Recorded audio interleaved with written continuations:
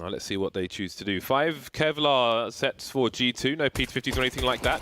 But they're not really looking for these long distance engagements. Tarek's off to a fantastic start with 2 headshots, looking for his third, but Existence will take him down from the back.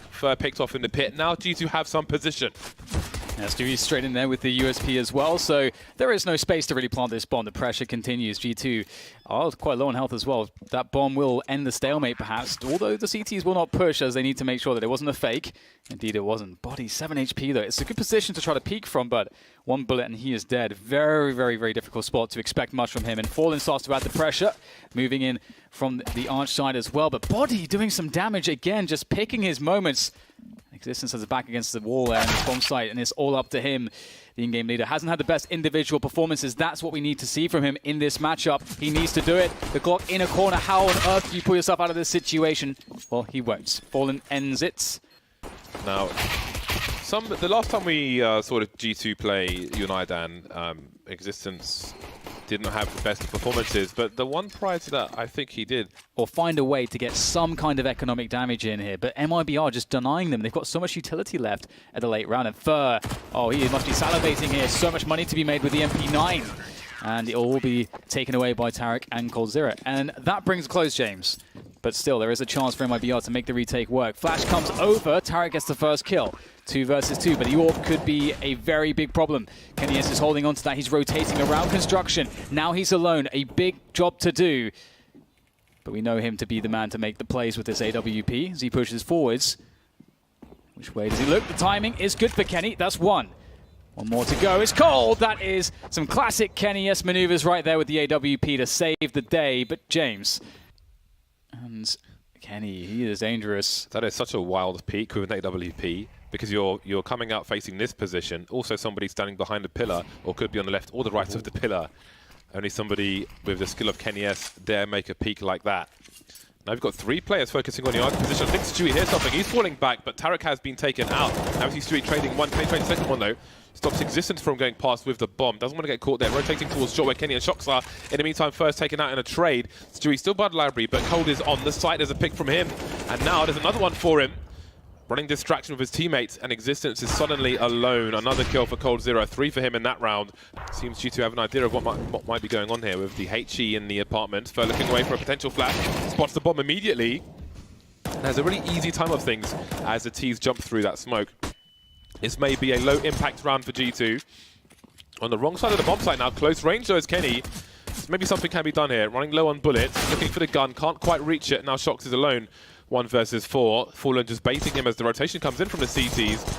Going around the box, moving towards the rifle, but no rifle for Shox. For G2, I think it's fair to say Fallen spotting a player, trying to fall back, but he has a nice gap between the Molotov and the smoke grenade. It'll catch Kenny off guard. Very smart player is Fallen. And unfortunately for G2, they don't have Molotovs here, so it's going to be difficult to deal with some of these positions. Fallen now has to just play the shooting range game. He's got that rifle support indeed if they get too close, and they are being feasted, G2. Not too much they can do on the entry. Without those extra bits of utility, 30 seconds left. Stewie in CT, he's got 1 flash for his teammate, can flash into pool to try and slow down the push. There is the flashbang, and Fallen gets a free kill out of that, which makes it a 4 versus 3 on the retake attempt. Really important to put those flashes. Another one bites the dust, and Stewie emerges from the smoke, as Stewie does. Now Body is known, and he's got 8 seconds to get 3 kills or hold on to his AK-47. He'll make it expensive for the CTs at the very least, and he needs to. Yeah, they've started to reposition the 4th player towards that A-bomb site for additional support. Oh, very nice there. Some bullets through the smoke will yield a frag. Very fortunate here for G2. 4 versus 4, still a minute to play with. So that is a good chunk of time, but they've only got 2 smokes, a Molotov, and 2 flashes. Very quickly, Smith's earlier on, I think he forced Fallen back away from the B bomb site, so MIBR don't really know what's going on towards either site right now. It's guesswork.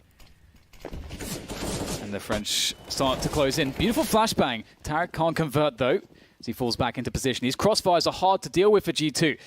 Stewie also, oh my god, they get absolutely demolished by Stewie 2K. First, they have 2 more rounds to collect. Smith will be left to lurk towards the B bomb site once more. I don't expect MIBR to go for the same play they saw last time. An easy frag for coldzera. The bait set up with Tarek there as well. Very nice indeed. Yeah, it doesn't really feel like they can do much here. Going for an individual play is Shox, but there is just too many players left. And the 4 players dedicated to that A site creates issues. Fallen is alone, though, towards B. Maybe there's a chance here. Kenny does have a smoke, so if they get the kill, they can isolate the bomb site and play after plant. But have they even spotted Fallen? Fallen is just buying so much time by not revealing his position. Oh, he misses a shot, but still, Kenny has pressure to go for that plant because of the time. And Smith, oh my goodness, how on earth does he get both kills? That is not supposed to happen. That encapsulates this game fairly well, though. Yeah, the G2 are just getting shocked every round, it seems. Mibr very well prepared. Loads of base setups around the map. They are supporting each other very, very well. Suicidal at this point, so let's see what else they can do in the next round with what they saved, which is mostly Kevlar. If there's a well-timed flashbang, those CZs can be absolutely brutal. But Mibr, oh, the flash comes in, and it's the CTs to take initiative, but Mibr looking to try to defend, but they will lose Cold and Stewie. This is working out for G2. Smiths with the 5-7. He's got so many kills through smokes in this tournament so far. And there's another one from Smiths. Got a 3K. He's looking for an eco-ace. Is that what he is proposing? Smiths has got $2,000 in the bank. So I don't even know if you could call it a force buy. It's an eco-ace he's on for, but he's fallen off the balcony. That's a huge problem because if there's a peek, oh, Kenny S through the wall, okay. Fur knows he had somebody fall, and maybe what cost Smith his life. 2 kills for Fur, but a lot to potentially pick up for G2. However, Shock's trying to body block, but there's a smoke in the apartments as well. Plenty of sound cues for the CTs. The T's trying to use the numbers here, trying to spread all over the place. Still stuck in the balcony for the moment. If he jumps off the balcony, he might even die, I don't know. Shock's in the pit, the bomb's being planted, and there are 2 players towards the arch area. Now Tarek gets taken out. There are big problems here for G2. Oh my god, I think that sound cue really gave him up there, but I did not expect Tarek to hit that. That's phenomenal. What are G2 going to do here? There is... Oh my goodness, it's so scary to go in. Oh, he fakes the... Was that a fake flash? I'm not even sure, but it won't work. Doesn't matter at this point. Fallen gets the headshot. Existence with an MP9. Surely not. Body pushing in with him, and they are making the headshots happen. 2 versus 2 now as they try to make this retake a reality, but Fallen comes in again. I actually really like what Mibr did there, because I think that the balcony burst with nades is actually quite expected, and you can see that G2... They played really far back because I think, you know, one of the ways you get exploited if you do a balcony burst is by having your players too far towards top mid. For having a look. Basically doing the same peak that Kenny did with an AWP, which still blows my mind. For just doing fur things. Looking for a trade fragger, spots him, some spray.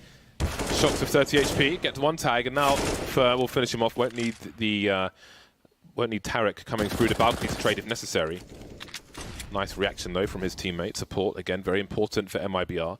And now 2 players remain, Body and Existence, and now it's Body on the wrong side of the map versus 5 players with AKs and a Galil to keep G2 in this match. Only the fish to keep him company. But he will abandon them in search of greater things. But unfortunately, Stewie will finish him off, and that was clean. Clean as you like. Definitely a very happy Mibr as they defeat G2, and they were just so many classes above G2 here.